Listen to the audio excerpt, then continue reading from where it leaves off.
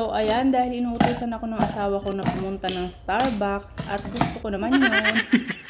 Pero tinatamad akong lumabas kaya gawa na lang tayo dito sa bahay ng cafe latte. Kasi ito lang naman yung lagi kong ino-order sa Starbucks. So, ayan, 3 ingredients lang ang ating kailangan at makakagawa na tayo ng cafe latte.